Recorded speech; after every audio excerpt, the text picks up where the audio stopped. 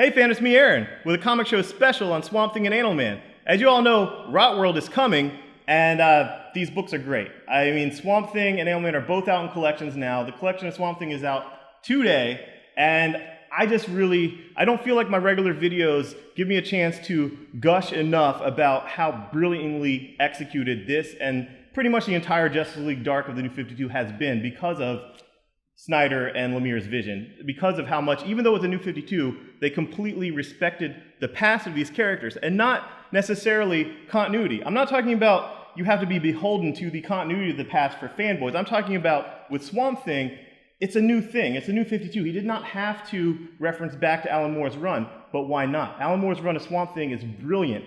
I love it. I give out this book for free all the time. And I like to get people into the into the Swamp Thing because I dig it. It made him, instead of just a swamp monster, like a swamp god.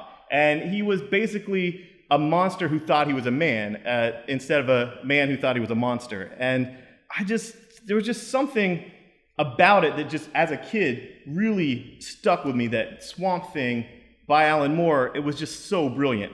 And the art in this book just totally pulls it off, and it just seems like with the New 52, it's a time to tap in to get new readers to be relevant to modern culture, and why not the green? Why not the environment? Why not like the rot is taking over? Who doesn't feel like, I mean, I understand there's environmentalism, and I understand there's like Captain Planet-y stuff, and that's not this. This is the rot, the cancer, and sure, pollutants might, cause something with cancer. I don't know. I watched Aaron Brockovich. But anyway, it's about this undercurrent that the rot is taking over and becoming more a part of our lives in the red and the green. And this has always been the green, and Animal Man has been the red for a long time too, since these Vertigo books that when I was younger, I just loved these Vertigo books. They blew my mind. And Animal Man specifically, this is Jeff Lemire, and he didn't throw away all the things that made Animal Man work. He is a family man. He has a wife and 2 kids. He didn't say, well, now to make him sexier, he's going to be single because of, I don't know, like DC's Mephisto or whatever. I don't know. Animal Man works because he has a pack. He runs with a herd. He has his family. He's an animal. And he referenced all the way back to his first appearance. Now, why would you have to do that? This is a New 52 because it was brilliant. The first appearance of Animal Man, it doesn't make any sense. Aliens gave Buddy Baker animal powers. Why? I don't know. We didn't ask questions back then. He didn't even have a costume. He didn't have a costume until later. And I loved his costume. I don't know. I love Animal Man.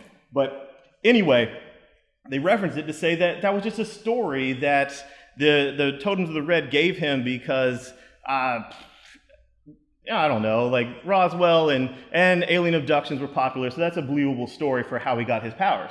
Then he had a dream in one of the later issues where it was from Grant Morrison's Animal Man, where it got all trippy and broke the fourth wall, and he actually talked to Grant Morrison. He talked to his creator.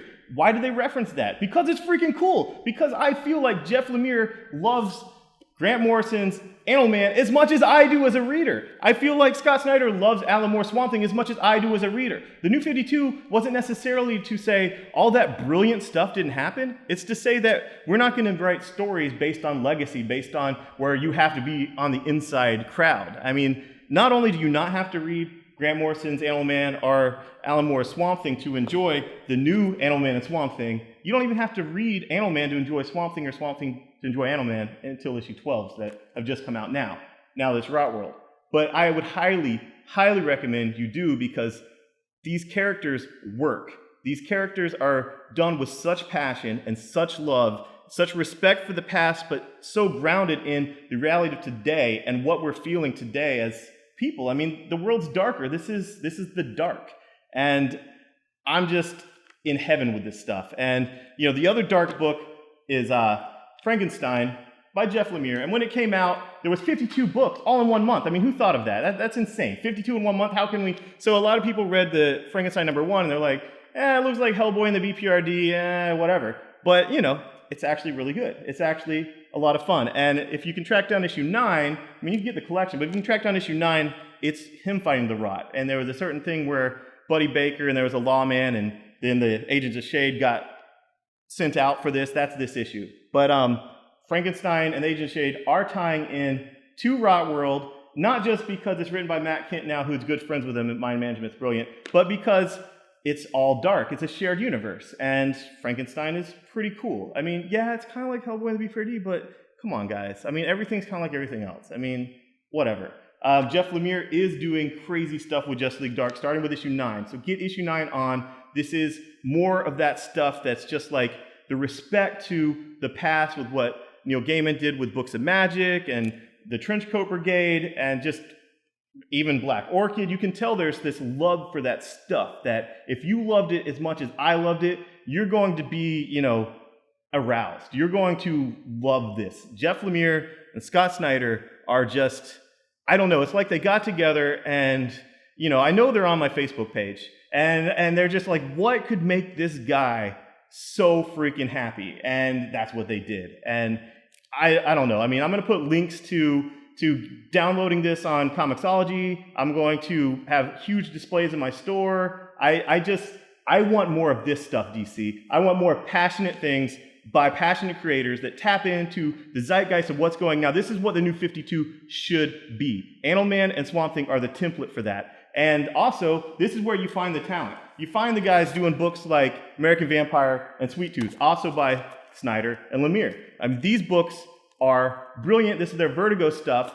This is what Vertigo is now. It's creator-owned stuff. It's crazy wackadoo stuff. It's not just taking DC characters and putting them over here. Now those wackadoo DC characters are in the DC universe. But these guys, I mean, I'm not even saying it's that guy's fault for thinking that Jeff Lemire and Scott Snyder started Vertigo back when they're in high school, because I mean, they're so reverent to it. It's freaking amazing. So please encourage everyone if you read these books, that the rot world is coming and we have to do our part to fight it. And that is understanding the red, understanding the green, reading both Swamp Thing and Animal Man. And if you really want to be a champion of the red or the green, go back to Alan Moore's stuff, go back to Grant Morrison stuff, and start kicking some ass. This stuff is good stuff. You cannot go wrong by reading anything by Scott Snyder or Jeff Lemire.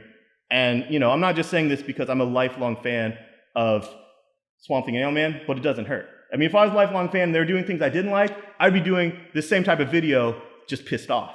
But instead, I'm like, it's a good thing I'm sitting down. Let's just leave it at that. But this stuff is good. You should check it out. I love it. I love you guys. I'm sorry if I sound creepy. Thanks. Bye-bye.